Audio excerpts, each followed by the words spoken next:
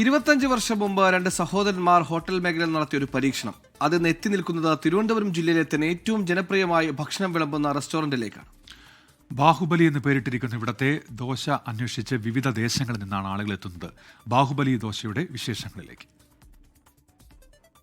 സാദാ ദോശ, കുട്ടിദോശ, മസാല ദോശ, തട്ടുദോശ, അങ്ങനെ ദോശകൾ പലതരം. എന്നാൽ ബാഹുബലി ദോശയെക്കുറിച്ച് കേട്ടിട്ടുണ്ടോ? പരിചയപ്പെടുത്താം.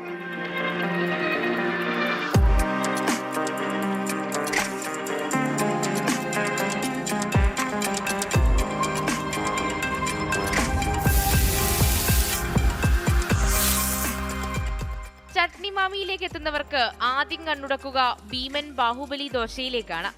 വലുപ്പത്തിലും രുചിയിലും കേമൻ. ദോശ വിളമ്പുന്നതിലും പ്രത്യേക രീതിയുണ്ട്. ബാഹുബലി സിനിമയിലെ ഗാനവും ദോശയ്ക്ക് അകമ്പടിയായി എത്തും.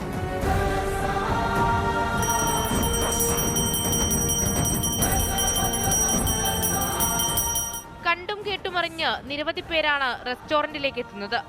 ആർക്കും ഒറ്റയ്ക്ക് ദോശ കഴിച്ചു തീർക്കാൻ പറ്റിയെന്ന് വരില്ല. തീർന്നില്ല, നമുക്ക് അറിയാതെ കഴിച്ചുള്ളൂ. ബാഹുബലി എന്ന് പറഞ്ഞാൽ നമ്മൾ വിചാരിച്ച് 2 കഴിച്ച് തീർന്നില്ല.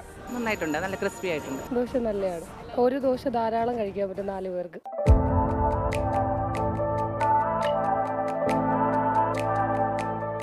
സഹോദരങ്ങളായ മനീഷും മഹേഷുമാണ് ചട്നി മാമിയുടെ വിജയത്തിന് പിന്നിൽ.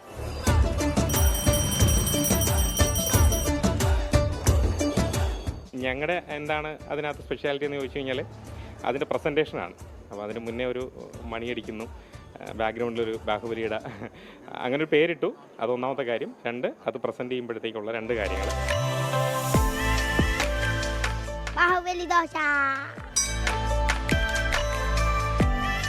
തിരുവനന്തപുരത്ത് തന്നെ മറ്റു ബ്രാഞ്ചുകൾ തുടങ്ങാനുള്ള ആലോചനയിലാണ് സംഘം ഇപ്പോൾ.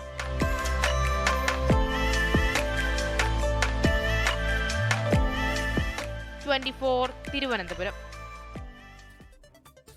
ലോകത്തെവിടെയായാലും ഏത് സമയത്തും 24 വാർത്തകളും ഓഗ്മെന്റഡ് റിയാലിറ്റി പാക്കേജുകളും എക്സ്പ്ലെയിനറുകളും വിശദമായി കാണാൻ ഞങ്ങളുടെ യൂട്യൂബ് ചാനൽ നിങ്ങൾക്ക് സബ്സ്ക്രൈബ് ചെയ്യാം.